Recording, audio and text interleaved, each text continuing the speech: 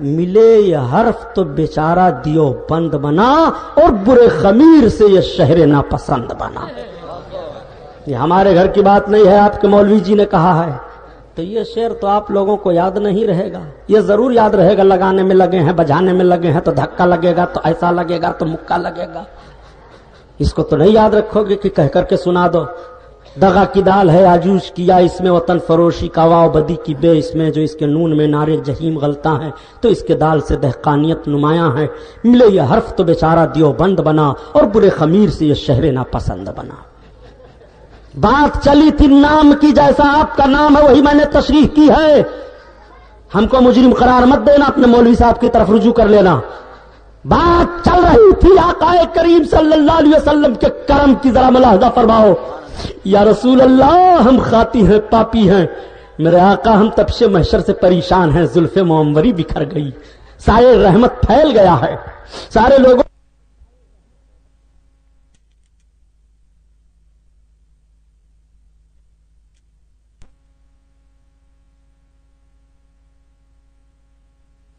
پر پلسرات کو قائم کر دیا گیا. سنو کتنے دیر میں حساب و کتاب ہو جائے گا معلوم ہے؟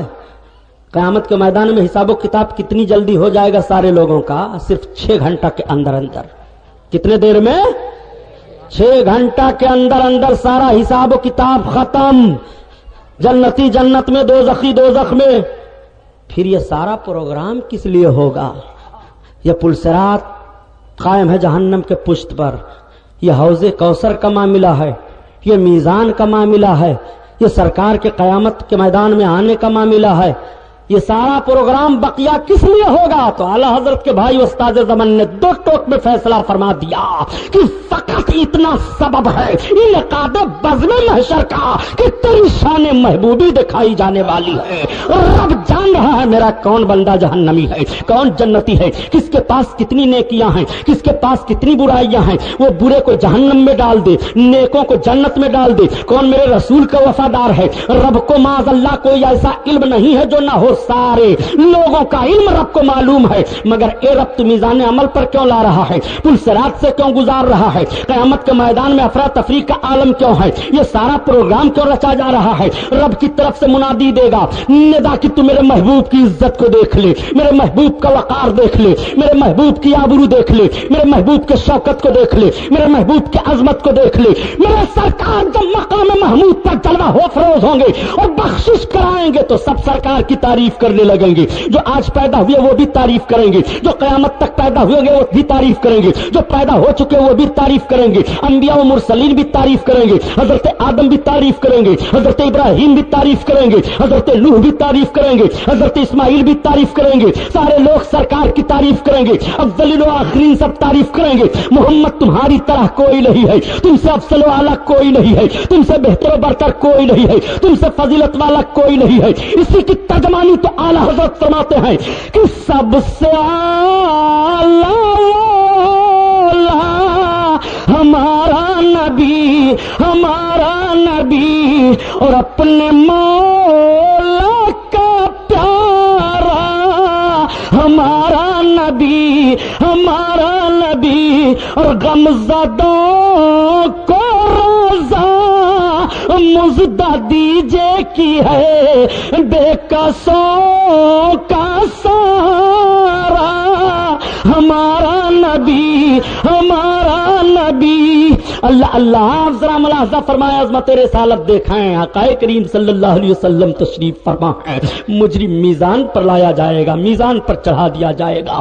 اس کا نام ہے عمل تولا جا رہا ہے، نیکیاں نہیں ہیں، صرف برائیاں ہی برائیاں ہیں.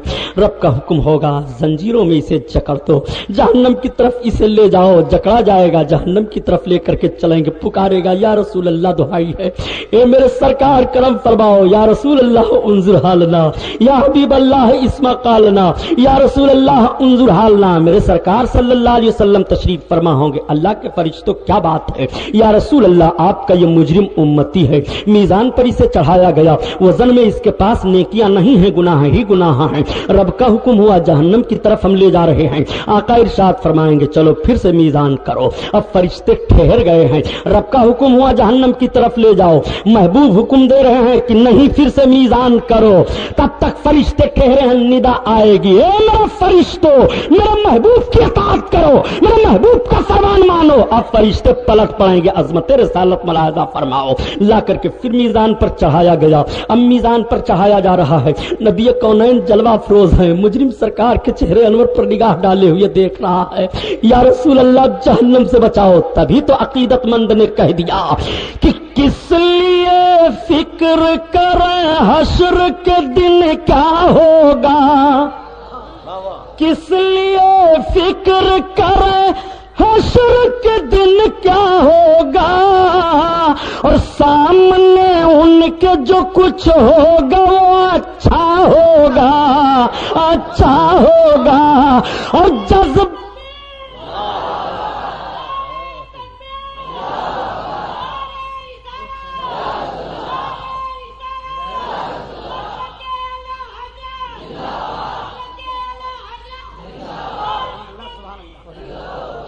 جذبہ عشق بتا وقت وہ کیسا ہوگا، سامنے جب میرے محبوب کا جلوہ ہوگا، جلوہ ہوگا، سامنے جب میرے محبوب کا چہرہ ہوگا۔ اللہ اللہ، آقا کریم صلی اللہ علیہ وسلم کا کرم ملاحظہ فرماؤ۔ اب یہ جنت میں جا رہا ہے، دوسرے مجرم کو لایا جائے گا، جیسے چڑھایا جائے گا اس کے پاس بھی نیکیاں نہیں ہیں، برائیاں ہی برائیاں ہیں۔ چیخ پڑے گا یا رسول اللہ کرم کرو، اے میرے سرکار کرم کرو۔ میرے آقا فرمائیں گے فرشتوں پھر سے میزان کیا جائے، پھر سے اس سے میزان کیا جائے گا۔ میرے سرکار کچھ میزان عمل میں ڈال دیں گے، جیسے ڈالیں گے تب تک میزان کا پلہ اوپر ہو جائے گا، نیکیوں کا بدیوں کا نیچے ہو جائے گا۔ فرشتے عرض کریں گے یا رسول اللہ یہ کیا ہے؟ آقا ارشاد فرمائیں گے اے میرے فرشتوں، یہ میرا امتی وہ ہے جب میرا نام سنتا تھا تو مجھ پر درود پڑھ لیا کرتا تھا، نور کے فرشتے نے نور کے کاغذ پر نور کے قلم سے نوٹ کر کے مجھے دے دیا تھا، وہی ٹکڑا میں نے اس کے نام عمل میں ڈال دیا ہے۔ اس لیے جب اپنے نبی کا نام سنو تو درود پڑھ لیا کرو۔ اسی لیے تو کہا گیا کہ پڑھتا رہتا ہوں اسی واسطے کثرت سے درود، اور تاکہ ٹوٹے نہ میرا صلی اللہ سے رشتہ، صلی اللہ سے رشتہ۔ اللہ اللہ، اپنے آقا کی عظمت ملاحظہ فرماؤ۔ میرے سرکار صلی اللہ تعالی علیہ وسلم سے عرض کیا جاتا ہے، حضرت انس بن مالک رضی اللہ تعالیٰ عنہ سرکار کے ایسے صحابی ہیں جو اپنے بچپن سے لے کر کے 10 سال تک سرکار کی خدمت میں رہے۔ کئے برس تک؟ 10 سال تک۔ کوئی آپ کے وہاں 10 سال نوکر رہے تو آپ اس کی اچھائی برائی سے ضرور واقف ہو جائیں گے، آپ کے بھی وہ داد و دہش اور اخلاق و مروت سے واقفیت حاصل کر لے گا۔ بلا تمثیل سمجھو 10 برس تک حضرت انس بن مالک سرکار کی خدمت میں رہے۔ حضرت انس بن مالک کہتے ہیں کہ ایک روز میرے دل میں یہ بات آئی کہ لاؤ میں سرکار سے پوچھ لوں کہ یا رسول اللہ آپ مجھے جنت میں لے چلیں گے، لیکن میں جرات نہیں کر پاتا تھا۔ آپ فرماتے ہیں کہ ایک روز میرے سرکار نماز ظہر پڑھ رہے تھے کہ ایک دیہات سے آئے، اور آنے کے بعد انہوں نے عرض کیا کہ یا رسول اللہ میں آپ سے کچھ پوچھنا چاہتا ہوں۔ آقا نے فرمایا کہو کیا سوال کرو گے؟ عرض کرتے ہیں یا رسول اللہ قیامت کب آئے گی؟ صحابی نے پوچھا قیامت کب آئے گی؟ آقا یہ انکار نہیں کرتے ہیں کہ میں نہیں جانتا۔ سرکار فرماتے میرے صحابی یہ تو پوچھ رہے ہو قیامت کب آئے گی، قیامت کے لیے تم نے تیاری کیا کر رکھی ہے؟ عرض کرتے ہیں یا رسول اللہ کوئی تیاری نہیں۔ تو سرکار نے ڈانٹا پھٹکارا نہیں، جاؤ تیاری کرو، یا انہوں نے یہ عرض نہیں کیا کہ یا رسول اللہ نماز پڑھتا ہوں یہ قیامت کے لیے، روزہ رکھتا ہوں یہ قیامت کے لیے تیاری کر رہا ہوں، حج کیا ہوں یہ قیامت کے لیے تیاری کیا ہوں؟ انہوں نے اپنی کسی عمل کو بتایا نہیں۔ جیسے سرکار نے فرمایا تم نے قیامت کے لیے تیاری کیا رکھی ہے؟ وہ عرض کرتے ہیں یا رسول اللہ کوئی تیاری نہیں ہے، ہاں صرف اتنا ہے کہ آپ سے محبت کرتا ہوں اور اللہ سے محبت کرتا ہوں۔ آقا نے بشارت دے دی المرء مع من احبا، تم جس سے محبت کرتے ہو تمہارا حشر اسی کے ساتھ ہوگا۔ دیکھو سرکار کا فرمان، آقا نے فرما دیا اگر تم کو محبت مجھ سے ہے تو تمہارا حشر میرے ہی ساتھ ہوگا۔ اب حضرت انس کہتے ہیں کہ اب میرے اندر تھوڑی سی جرات پیدا ہوئی، میں بھی کھڑا ہو گیا۔ میں نے عرض کیا کہ یا رسول اللہ قیامت میں آپ ملیں گے کہاں؟ بھیڑ بھاڑ تو بہت ہوگی،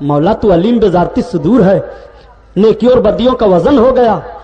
بدیاں ہیں زیادہ جہنم کے لائق اور نیکیاں ہیں زیادہ جنت کے لائق. پروردگار پل صراط سے گزارنے کی ضرورت کیا؟ یہاں بھی محبوب کی عظمت کا اظہار ہو رہا ہے. میرے سرکار تیز رفتار چل کر کے پل صراط کے کنارے تشریف فرما ہوں گے. قیام فرما عرض کریں گے رب سلم رب سلم. پروردگار سلامتی عطا فرما، مولا سلامتی عطا فرما، مولا سلامتی عطا فرما. اعلیٰ حضرت عظیم البرکت فرماتے ہیں کہ جب میرے آقا صلی اللہ تعالی علیہ وسلم رب کی بارگاہ میں ہم جب پل صراط سے گزرنے لگیں گے اور سلامتی کی دعا مانگیں گے تو اب ہمیں گھبرانے کی ضرورت نہیں ہے، اب ہمیں پریشان ہونے کی ضرورت نہیں ہے، اب ہمیں بے چین ہونے کی ضرورت نہیں ہے. بلکہ جب میرے آقا پل صراط کے کنارے قیام فرما ہے تو ہم پل صراط سے وجد کرتے ہوئے گزریں گے، مچلتے ہوئے گزریں گے. رضا پل سے اب وجد کرتے گزریے کہ ہے رب سلم صدائے محمد، صدائے محمد. اللہ اللہ. میرے سرکار پل صراط کے کنارے تشریف فرما ہوں گے تو تھوڑی سی توجہ آپ حضرات کی میں اور دور لے چلوں. آقا ارشاد فرمائیں گے جبریل امین کو خبر دو. امت گزر رہی ہے تو جبریل امین کو پل صراط کے کنارے بلانے کی ضرورت کیا؟ تو ذرا آپ ذہن پر زور دو، سوچو. جب میرے سرکار معراج میں تشریف لے گئے اور آقا صلی اللہ تعالی علیہ وسلم حضرت ام ہانی کے گھر سے سوار ہونے لگے براق پر تو براق شوخی کرنے لگا.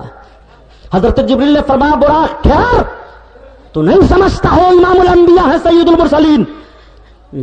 براق نے کہا سید الملائکہ میں اپنے آقا کو جانتا ہوں، میں گستاخی کی بنیاد پر شوخی نہیں کر رہا ہوں، میں اپنے سرکار سے کچھ اپنی تمنا مانگ رہا ہوں.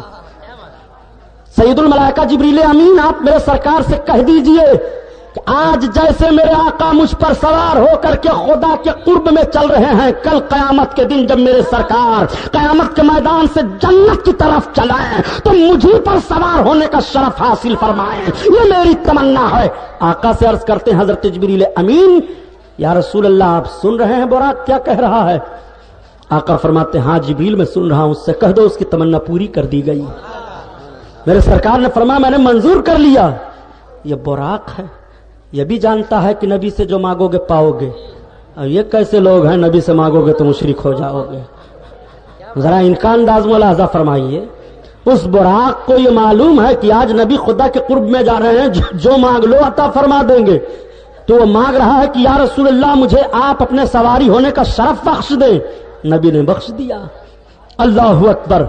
اب ذرا دیکھو میرے سرکار جب سدرۃ المنتہا پر پہنچے تو حضرت جبریل علیہ الصلوۃ والتسلیم نے عرض کیا یا رسول اللہ جب آپ ام ہانی کے گھر سے چلے تھے تو براق نے یہ مانگا تھا، اور اب آپ یہاں سے جا رہے ہیں تو میری تمنا یہ ہے کہ جب آپ کی امت پل صراط سے گزرنے لگے تو میں اپنا پر فرش بنا دوں. ذرا ملاحظہ فرمائیے حضرت جبریل امین کی محبت امت محمدیہ سے.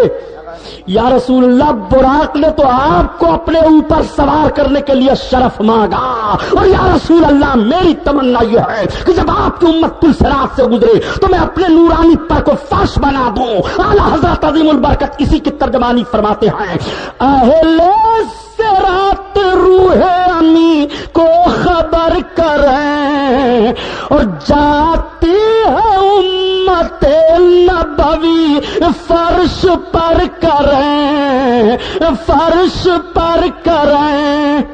امت محمدیہ کے لوگوں اپنے مرتبہ کو سمجھو، کتنا بڑا اونچا مرتبہ آپ کا ہے سرکار کے صدقہ میں. میرے آقا صلی اللہ تعالی علیہ وسلم کا کریمانہ حال دیکھو، ایک ایک کو ڈھونڈ ڈھونڈ کر کے بخشوائیں گے. سرکار ارشاد فرمائیں گے میری امت کے صدیقوں رب کی بارگاہ میں تم بھی سفارش کرو، میری امت کے شہیدوں تم بھی سفارش کرو، میری امت کے صالحین تم بھی سفارش کرو، حافظوں رب کی بارگاہ میں تم بھی سفارش کرو، عالموں رب کی بارگاہ میں تم بھی سفارش کرو. حاجیوں رب کی بارگاہ میں تم بھی بخشش مانگو. جو حاجی جس کا حج قبول ہو گیا ہے اپنے گھر کے 400 افراد کی مغفرت کروائے گا. حافظ قرآن صحیح العقیدہ با عمل جن پر 10 لوگ ہوں اور جہنم واجب ہو چکا ہو, ان 10 لوگوں کو آزاد کرا دے گا. عالم دین مفہوم عرض کر رہا ہوں, 7 پشتوں کی بخشش کرائے گا. شہداء کا حال یہ ہوگا, اللہ اکبر, کیوں اپنے خون کا بدلہ رب سے مانگیں گے. رب کا فرمان جاری ہوگا, تمہاری نظر جدھر اٹھے ان سب کی بخشش ہو رہی ہے, ان سب کی مغفرت ہو رہی ہے. جب یہ شہید کا حال ہے تو سلطان الشہداء کا حال کیا ہوگا, امام حسین کا کریمانہ حال کیا ہوگا. خدا کی قسم حسین کی نگاہ اٹھے گی, رسول اللہ کے گنہگار امتیوں کی بخشش ہوگی.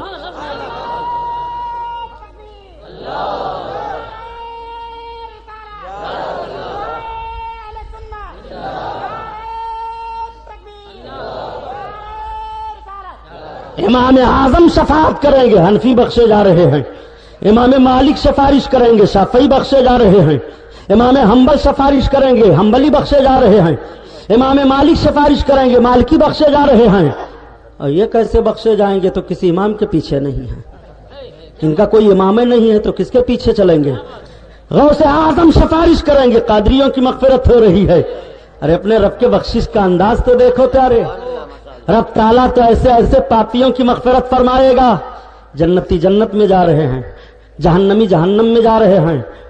جہنمیوں کے قریب سے جنتی گزرے گا, جہنمی ہاتھ پکڑ لے گا. ٹھہرو, کیا بات ہے؟ انل آتارفنی, آپ مجھے پہچانتے نہیں کیا؟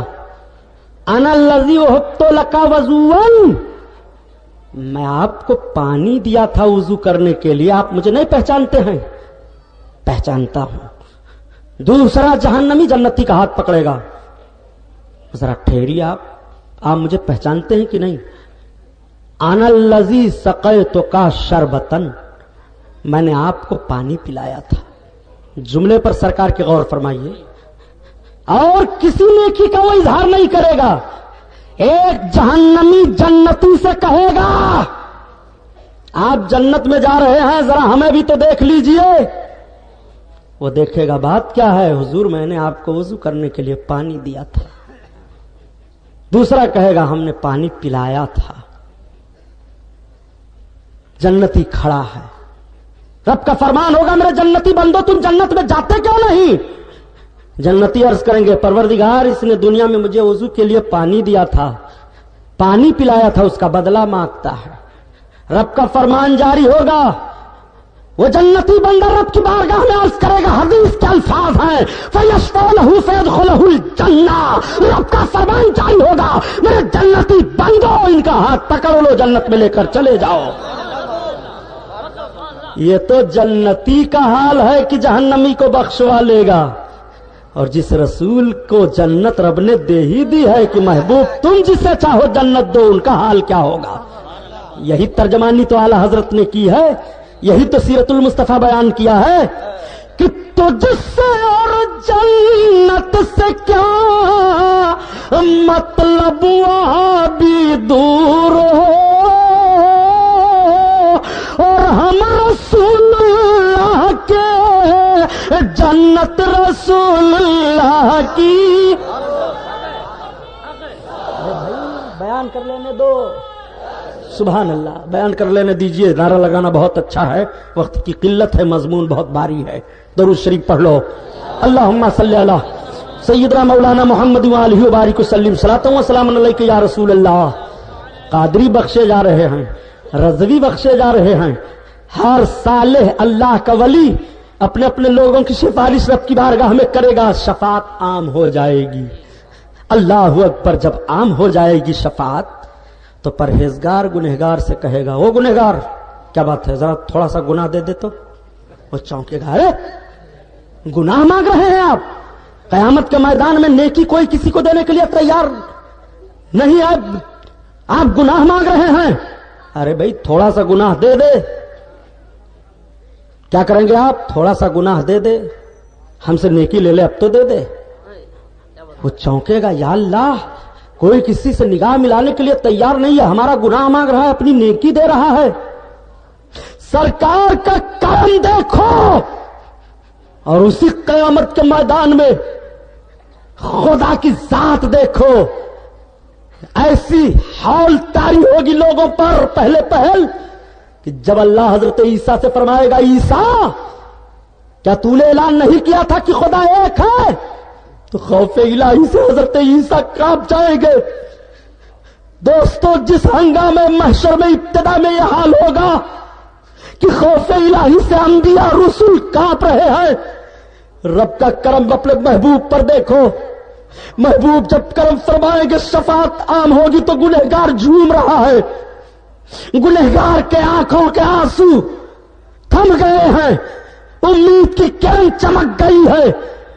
میرے آقا صلی اللہ علیہ وسلم فرماتے ہیں وہ پرہیزگار کہے گا گنہگار تو تھوڑا سا گناہ ہم کو دے دے، ہماری نیکی لے لے تاکہ سرکار کی شفاعت سے میں جنت میں چلا جاؤں۔ اعلی حضرت عظیم البرکت اسی کی ترجمانی فرماتے ہیں کہ کیا ذوق ذا شفاعت ہے تمہاری واہ واہ، اور قرض لیتی ہے گناہ پرہیزگاری واہ واہ۔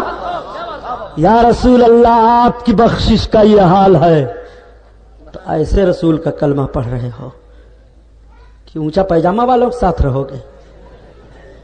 بھئی آپ کو اگر یہی منظور ہے بوریا بکچا سب باندھے ٹوپی لگائے چلے السلام علیکم، کیا بات ہے بھائی؟ آئیے آئیے اللہ رسول کی بات بتائیں گے، تھوڑی دیر کے لیے چلے آئیے، اتنا سب تیار ہیں یہ سب مولانا لوگ تبلیغ کرنے کے لیے کافی نہیں ہیں، ٹولی بنا کر کے جا رہے ہیں، جیسے یہ ٹولی بنا کر کے نماز پڑھانے کے لیے جاتے ہیں کہ ہم نماز کی دعوت آئے ہیں آپ کو دینے مسلمانوں کے محلے میں۔ تمہاری اماں نے دودھ پلایا ہو تو ثابت کرو کہ کسی صحابی نے اس طرح سے جماعت بنا کر کے اور صحابہ کے درمیان گئے ہوں کہ ہم آئے ہیں تمہیں کلمہ و نماز پڑھانے کی دعوت دینے۔ کیا یہی طریقے تبلیغ تھا صحابہ کا؟ یا تم اپنائے ہو تو سب سے بھاری بدعت تو تم کر رہے ہو۔ صحابہ ٹولی بنا کر جاتے تھے تو کافروں کے بیچ میں جاتے تھے، ہم تمہیں رسول اللہ کا پیغام دینے آئے ہیں، تم کلمہ پڑھ لو ہمارے بھائی بن جاؤ گے، ورنہ تمہیں ہمارے زیر اقتدار رہنا ہے۔ جب صحابہ کی اکثریت ہوئی تو مزاج یہ بدلا تھا اور اس طرح سے وہ تبلیغ فرما رہے تھے۔ تبلیغ کافروں میں کی جاتی ہے، تبلیغ اصلاح بھائیوں کی جاتی ہے۔ جملے کو سمجھو، اصلاح اور ہے تبلیغ اور ہے۔ نام بدل دو، اصلاحی جماعت رکھو، اور اصلاحی جماعت رکھیں گے تو ہے ایک جماعت اصلاحی، وہ بھی گڑبڑ ہے، وہ لوگ لے کر کے بلم دوڑیں گے ہتری کی لتری، ابھی تک کہاں تھے تم؟ تبلیغی جماعت سمجھو، تبلیغ کسے کہتے ہیں؟ ان کے ایک مولوی صاحب سامنے کہا جنگ کی تعریف کیجئے، تبلیغ کی تعریف کیجئے، اصلاح کی تعریف کیجئے، تینوں کی تعریف کیجئے۔ جنگ، تبلیغ، اصلاح۔ کبھی انشاءاللہ موقع ملا تو کرلا میں اسی عنوان پر میری تقریر ہوگی، جنگ، تبلیغ، اصلاح۔ آج تو یہ جملہ میں کہہ کر کے گزر جا رہا ہوں۔ میرے سرکار کا کرم دیکھو، کیسے کیسے پاپی بخشے جا رہے ہیں۔ آقا کریم چن چن کر کے ڈھونڈ ڈھونڈ کر کے پاپیوں کی مغفرت کرائیں گے، اور سرکار کے ڈھونڈنے کا عالم کیسا ہوگا؟ اعلی حضرت کے بھائی استاد زمان علامہ حسن رحمت اللہ علیہ حدیث کی روشنی میں بیان فرماتے ہیں کہ جیسے کسی ماں کا پیارا بچہ بھیڑ بھاڑ میں کھو جائے تو وہ ماں اپنے بچے کو کس انداز سے تلاش کرتی ہے، ایک دوسرے سے پوچھے گی، اس کا حلیہ بیان کرے گی، اس کے چہرے مہرے کو بیان کرے گی، اس کے قد کو بیان کرے گی، بے قرار ہوگی، دوڑے گی، میرا لال کدھر ہے، میرے بچے کو کسی نے دیکھا ہے، اس کی شکل و شباہت اس طرح سے ہے، وہ اس طرح سے ہے، اس کا چہرہ اس طرح سے ہے، بلا تمثیل سمجھو میرے سرکار کے قریب اعلی حال مسلمانوں، ہم پاپیوں کے لیے قیامت کے میدان میں اس طرح سے ہوگا کہ عزیز بچہ کو ماں جس طرح تلاش کرے، خدا گواہ یہی حال آپ کا ہوگا۔ اللہ اللہ، یہ کریمانہ حال سرکار کا ہوگا۔ میرے آقا کی شفاعت سے، کرم سے جنتی جنت میں گئے، جہنمی جہنم میں، مگر کچھ ایسے پاپی اور خاطی ہوں گے کہ اپنے خطاؤں سے توبہ نہیں کیے ہوں گے، وہ بلا توبہ مر جائیں گے. رب کی مشیت ہوگی کہ انہیں جہنم میں ڈال دیا جائے. مسلمانوں اپنی خطاؤں سے توبہ کرتے رہو, توبہ توبہ کر کے مرو. آقا فرماتے ہیں التائب من الذنب کمن لا ذنب له, گناہوں سے توبہ کرنے والا ایسے ہی ہو جاتا ہے گویا اس نے گناہ نہیں کیا. ہر وقت اپنی خطاؤں سے معافی مانگتے رہو. تمہاری موت ہو تو توبہ سے ہو, اور توبہ کی توفیق تمہیں ضرور ملے گی. غوث اعظم سے محبت کرو. اعلیٰ حضرت عظیم البرکت نے اسی لیے کہا یا الہی قادری کر, قادری رکھ, قادریوں میں اٹھا. قدر عبد القادر قدرت نما کے واسطے, اس لیے کہ غوث کا فرمان ہے کہ میرے رب کا مجھ پر کرم ہے, وعدہ ہے, اس نے اپنے ذمہ کرم پر لیا ہے کہ عبد القادر جو تجھ سے محبت کرے گا مرنے سے پہلے پہلے اس کو توبہ کی توفیق دے دی جائے گی. توبہ بلا توبہ کچھ لوگ مر جائیں گے. رب کی مشیت ہوگی جہنم میں ڈالا جائے, جہنم میں ڈال دیے جائیں گے. 1000 برس تک جہنم میں جلتے رہیں گے. یا اللہ یا اللہ یا اللہ کا نعرہ لگاتے رہیں گے. دوسرا 1000 برس لگے گا, یا رحمان کہتے رہیں گے. تیسرا 1000 برس لگے گا, یا رحیم کہتے رہیں گے. چوتھا 1000 برس لگے گا, یا حنان یا منان کہتے رہیں گے. پانچواں 1000 برس لگے گا, یا حی یا قیوم کہتے رہیں گے. چھٹا 1000 برس لگے گا, یا رحمان یا منان پکاریں گے. 7واں 1000 برس لگے گا کہ ایٹومیٹک ان کی زبان پر آ جائے گا واہ محمدا واہ محمدا, یا رسول اللہ ہماری خبر لو, یا رسول اللہ اب ہمیں جہنم سے نکالو, دہائی ہے یا رسول اللہ دہائی. جیسے سرکار کا نام جہنم میں لیا جائے گا رب کی رحمت مچل جائے گی. حضرت جبریل کو حکم ہوگا, جبریل عرض کریں گے ہاں میرے مولا, جبریل جاؤ جہنم کا معائنہ کرو. امت محمدیہ کے جو افراد بلا توبہ کے مر گئے تھے میری مشیت سے جہنم میں ڈال دیے گئے, ان کا حال دیکھو کیسا ہے. عرض کریں گے پروردگار تو اپنے بندوں کا حال زیادہ جاننے والا ہے. رب فرمائے گا جبریل جاؤ, تو حضرت جبریل امین آئیں گے اور جیسے دیکھیں گے مالک جن کی ڈیوٹی جہنم کے دروازہ پر ہے, وہ دیکھو جبریل امین آ رہے ہیں, وہ دیکھو سید الملائکہ آ رہے ہیں. حضرت جبریل پہنچ جائیں گے, آپ سے ارشاد فرمائیں گے مالک کہو امت محمدیہ کے ان افراد کا حال کیا ہے جو جہنم میں بلا توبہ مرے تھے, ڈال دیے گئے تھے. عرض کریں گے اے سید الملائکہ ان کا بڑا برا حال ہے, وہ جہنم میں چل رہے ہیں, وہ چیخ رہے ہیں, وہ چلا رہے ہیں. حضرت جبریل فرمائیں گے جہنم کا دروازہ کھولو. عرض کریں گے کیا رب کا حکم ہے؟ فرمائیں گے ہاں. جیسے جہنم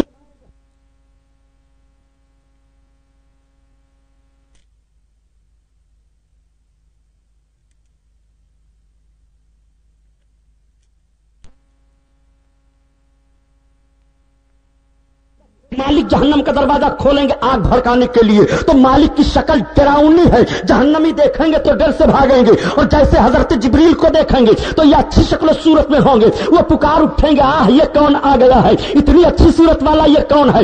مالک کہیں گے یہ جبریل امین ہے جو حضرت محمد علیہ السلام پر وہی لے کر جاتے تھے. تب تک سب چیخ پڑیں گے حضرت جبریل امین ہمارے سرکار سے ہمارا سلام کہہ دو, ہمارے سرکار سے کہہ دو اب ہمیں جہنم سے نکال لے, ہمارے آقا سے کہہ دو اب ہمیں جہنم سے بچا لے.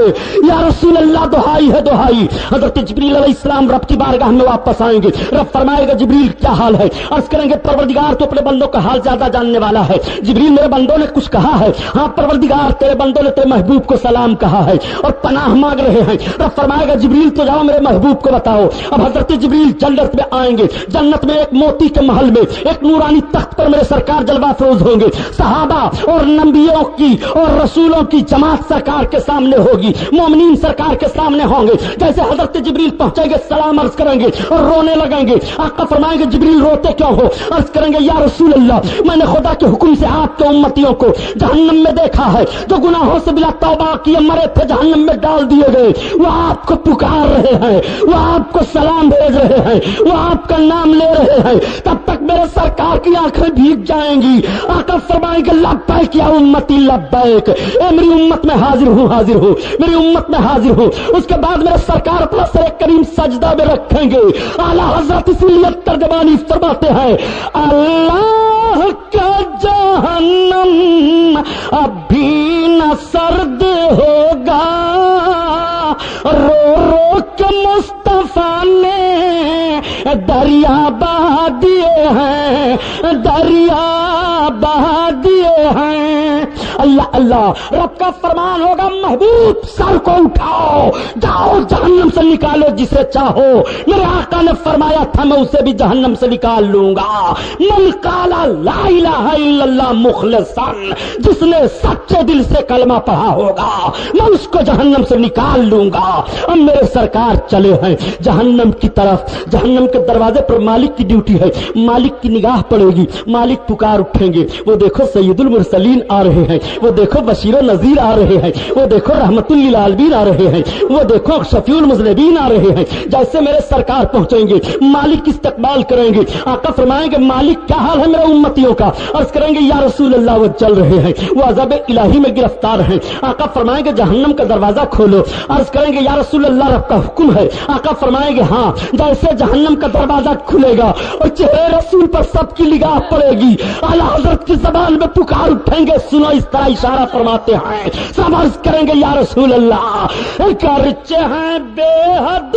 قصور، تم ہو عفو و غفور، اور بخش دو جرم و خطا تم پہ کرو درود، کرو درود. اللہ اللہ، میرے سرکار کی نگاہوں میں اشک چھلک اٹھائیں گے. رب کا اتنا بڑا اکرام ہے میرے اوپر. جہنمیوں کو اس طرح سے میرے سرکار نکال رہے ہیں. جو لوگ جل رہے ہیں ان کا جلنا بجھ جائے گا، جو رو رہے ہیں ان کا رونا بند ہو جائے گا، مسکرانے لگیں گے. اسی کی ترجمانی اعلیٰ حضرت عظیم البرکت فرماتے ہیں کہ جب آ گئے ہیں جوش رحمت پہ ان کی آنکھیں جلتے بجھا دیے ہیں، روتے ہنسا دیے ہیں، روتے ہنسا دیے ہیں. اللہ اللہ، اب میرے سرکار جہنمیوں کو نکالیں گے جس نے پڑھا لا الہ الا اللہ محمد الرسول اللہ مخلصاً یعنی سچے دل سے.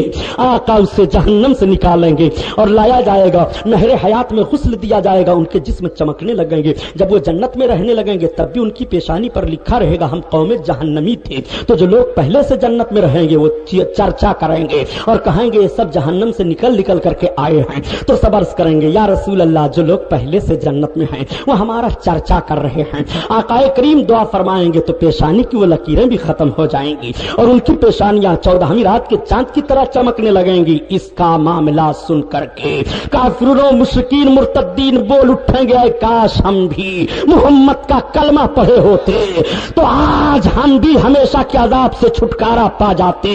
اسی لیے اعلیٰ حضرت عظیم البرکت فرما رہے ہیں اے لوگوں یہ تمہارے رسول ہیں جن کا تم کلمہ پڑھ رہے ہو کہ خطاؤں پر خطائیں کرتے جا رہے ہو، پاپ پر پاپ کرتے جا رہے ہو، گناہ پر گناہ کرتے جا رہے ہو اور رسول کے دامن کے کرم کی بھیک مانگ رہے ہو. تو آقا اپنے دامن کرم میں لے رہے ہیں، نبی اپنے دامن رحمت میں لے رہے ہیں، نبی تمہیں مغفرت کا پیغام دے رہے ہیں.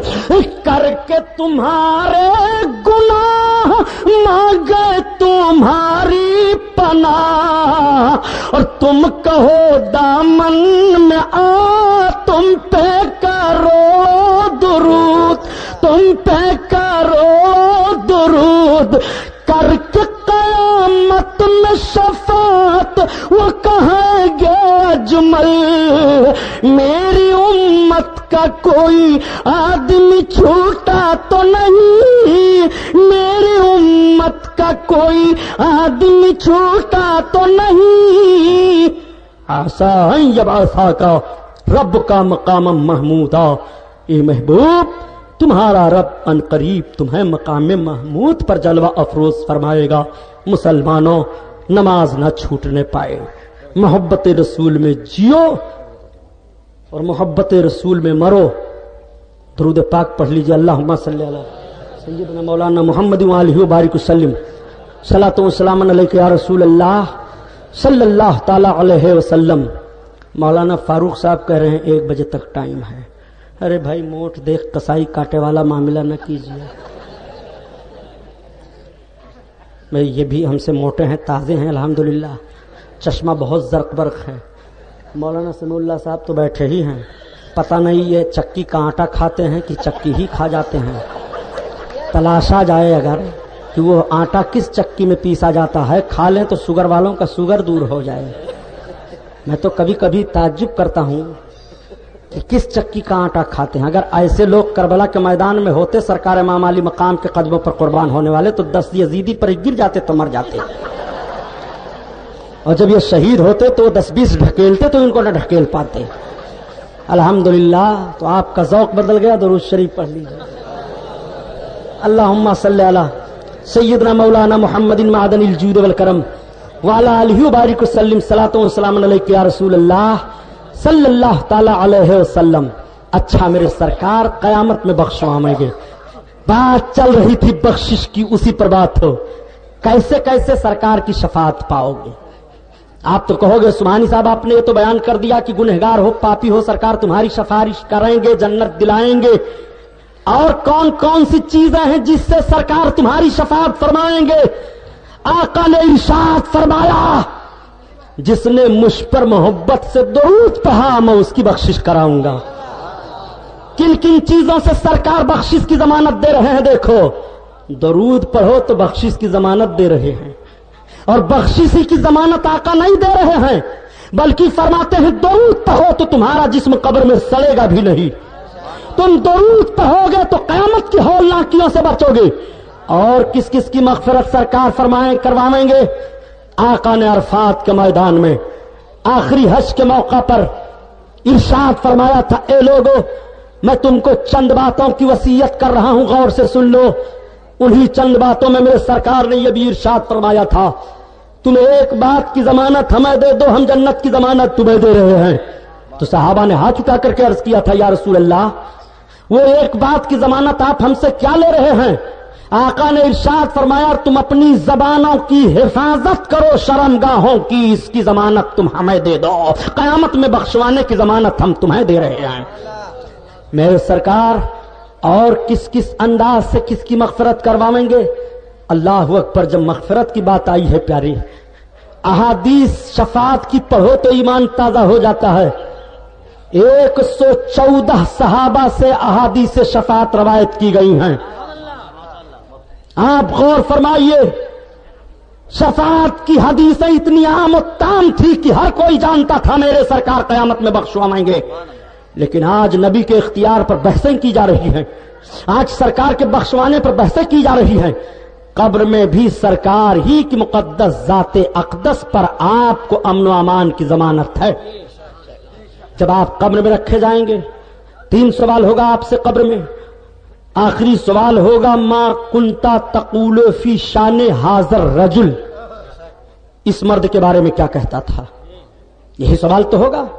غیر مقلد اس حدیث کو اس طرح سے پڑھتا ہے ما کنتا تقول فی شان نبی کا, تو اپنے نبی کی شان میں کیا کہتا تھا. تو ہم نے کہا تو اور بڑھیا ہے.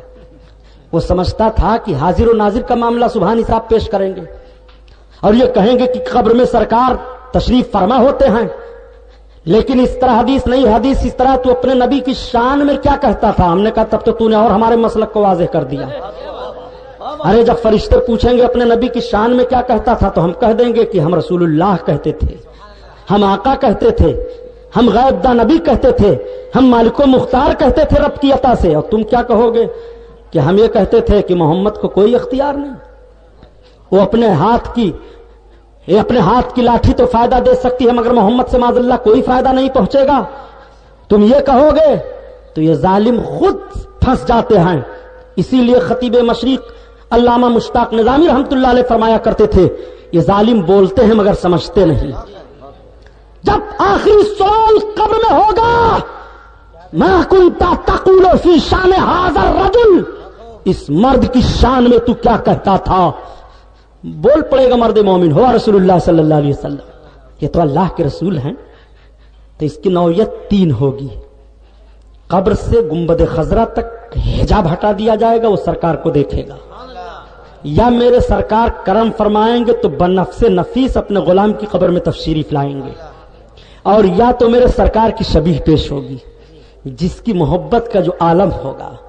اللہ اکبر. اب آپ ذرا غور فرمائیے, اگر قبر میں آپ کو امن و امان مل رہا ہے, نجات مل رہی ہے, اور یہی قبر کی پہلی منزل ہے پیارے, اگر اس منزل میں آپ کامیاب ہو گئے تو ہر منزل پر آپ کو کامیابیاں ملتی چلی جائیں گی. آپ سرکار کی شفاعت کے مستحق ہو جائیں گے. جنت کی کھڑکی کھول دی جاتی ہے, جنت کی ہوا آ رہی ہے. مرد مومن جہاں تک دیکھے گا اس کی قبر کشادہ کر دی جاتی ہے, سبزہ زار سے بھر دی جاتی ہے, اس کے قبر کو لالا زار بنا دیا جاتا ہے. یہ تو قبر کا حال ہے. اور حشر کے میدان میں جب اٹھے گا تو نبی کونین کے قریب ہوگا. صحابہ نے عرض کیا یا رسول اللہ آپ سے قریب قیامت کے میدان میں کون لوگ ہوں گے؟ بھیڑ بھاڑ بہت ہوگی تو آپ سے قریب کون لوگ ہوں گے؟ تو کن لوگوں کو سرکار نے بتایا معلوم ہے؟ سرکار ارشاد فرماتے ہیں جو مجھ پر کثرت سے درود پڑھے گا وہ میرے قریب زیادہ ہوگا. تو اپنے آقا پر درود پڑھو تاکہ قیامت میں سرکار کا قرب مل جائے. اپنے آقا سے قریب رہو. آقا کریم صلی اللہ تعالی علیہ وسلم کا یہ کریمانہ حال ہے. کیسے کیسے بخشش ہوگی قیامت کے میدان میں. خدا کی قسم نماز تو بخشش کے لیے ہے ہی, روزہ تو بخشش کے لیے ہے ہی, حج بخشش کے لیے ہے, یہ اعمال صالحہ ہیں بخشش کے لیے تاکہ نبی کی شفاعت مل جائے, بخش دیے جاؤ. یہ اعمال صالحہ رکھے ہی گئے ہیں اس لیے تاکہ تمہیں میرے محبوب کا قرب مل جائے. میرے محبوب سے تم صاف ستھرا ملو, میرے محبوب سے تم اس انداز سے ملو. لیکن رب کا اتنا بڑا کرم ہے کہ آقا ارشاد فرماتے ہیں کہ جو میرے نام پر اپنا نام رکھے گا اس کو جہنم کی آگ چھوئے گی نہیں. محمد جس کا نام ہوگا اس کو جہنم کی آگ نہیں چھوئے گی. آقا فرماتے ہیں قیامت کے میدان میں منادی ندا کرے گا کہ جن لوگوں نے اپنی اولادوں کا نام محمد رکھا ان کے ماں باپ کو بخشا جا رہا ہے, وہ بلا حساب و کتاب جنت میں داخل ہو جائیں. اسی لیے ڈاکٹر اقبال نے کہا قوت عشق سے ہر پست کو بالا کر دے اور دہر میں اس میں محمد سے اجالا کر دے. یہ سرکار کے نام کی برکت ہے تو سرکار کے ذات پاک کی کتنی برکت ہوگی خدا کی قسم. اسی لیے تو اعلی حضرت عظیم البرکت فرماتے ہیں کہ فرش والے تیری شوکت کو لوگ کیا جانے اور خسرو عرش پہ اڑتا ہے فریرا تیرا, فریرا تیرا. قیامت کے میدان کو یاد کرو پیارے, یہ قیامت کا میدان ہے, قیامت کا میدان. نبی کونین صلی اللہ تعالی علیہ وسلم کے شفاعت کی بات آئی ہے بخشش کرانے کی. اور کون کون بخشے جائیں گے؟ کس کو شفاعت ملے گی؟ جو اپنے ماں باپ کو محبت سے دیکھتے ہیں سرکار کی شفاعت اسے ملے گی. جو یتیموں پر شفقت کا ہاتھ پھیرتے ہیں سرکار کی شفاعت اسے ملے گی. آقا ارشاد فرماتے ہیں جو بھوکوں کو کھانا کھلاتا ہے میرے آقا کی شفاعت اسے ملے گی. جو غریبوں کو کپڑے پہناتا ہے سرکار کی شفاعت اسے ملے گی. میرے سرکار فرماتے ہیں اماطۃ الاذی عن الطریق, جس نے راستہ سے تکلیف دینے والی چیزوں کو دور کر دیا اس کے لیے ایمان کا ادنا حصہ ہے, وہ بھی سرکار کی شفاعت پائے گا. مسجد سے جس نے تنکا ٹال دیا وہ بھی سرکار کے کرم سے بخشا جائے گا. جس نے قرآن کی تلاوت کی قرآن اس کی بخشش کرائے گا. جس نے روزہ رکھا روزہ اس کی شفاعت کرے گا. اللہ اکبر. جس نے اذان دیا وہ اذان کی بنیاد پر سرکار کی شفاعت پا جائے گا, بخش دیا جائے گا. بلکہ اس کا حال تو یہ ہوگا کہ اس کے اذان کی آواز جتنی دور پہنچتی ہے پہاڑ سن رہے ہیں, زمین سن رہی ہے, درخت و پودے سن رہے ہیں, یہ سب اس کے ایمان کی گواہی دے دیں گے اور سب رب کی بارگاہ میں سفارش کریں گے. مسجد رب کی بارگاہ میں سفارش کرے گی اور عرض کرے گی پروردگار اس بندے کی شفاعت فرما دے, تیری عبادت کے لیے اس نے سجدہ کیا تھا. آقا کریم صلی اللہ علیہ وسلم کے کرم سے اس طرح سے بخشش خلق خدا کی ہوگی. اسی لیے اعلی حضرات عظیم البرکت فرماتے ہیں مغفرت مل رہی ہے تو رسول کونین سے, جنت مل رہی ہے تو رسول کونین سے, دولت و ثروت حاصل ہو رہی ہے تو رسول کونین سے, زندگی میں امن و امان مل رہا ہے تو رسول کونین سے, ہم طرف سکون پا رہے ہیں تو رسول کونین سے, بیماری سے صحت ہم پا رہے ہیں تو رسول کونین سے. ان کے دریائے رحمت کا حال یہ ہے کہ خلق کے حاکم ہو تم اور رزق کے قاسم ہو تم, جو ملا تم سے ملا تم پہ کرو درود کرو درود. یارو یہ محفل نور زندہ باد پائندہ باد. وما علینا الا البلاغ. السلام علیکم. پھر انشاءاللہ کسی موقع پر میں بھرپور بیان کروں گا. تھک گیا ہوں. السلام علیکم.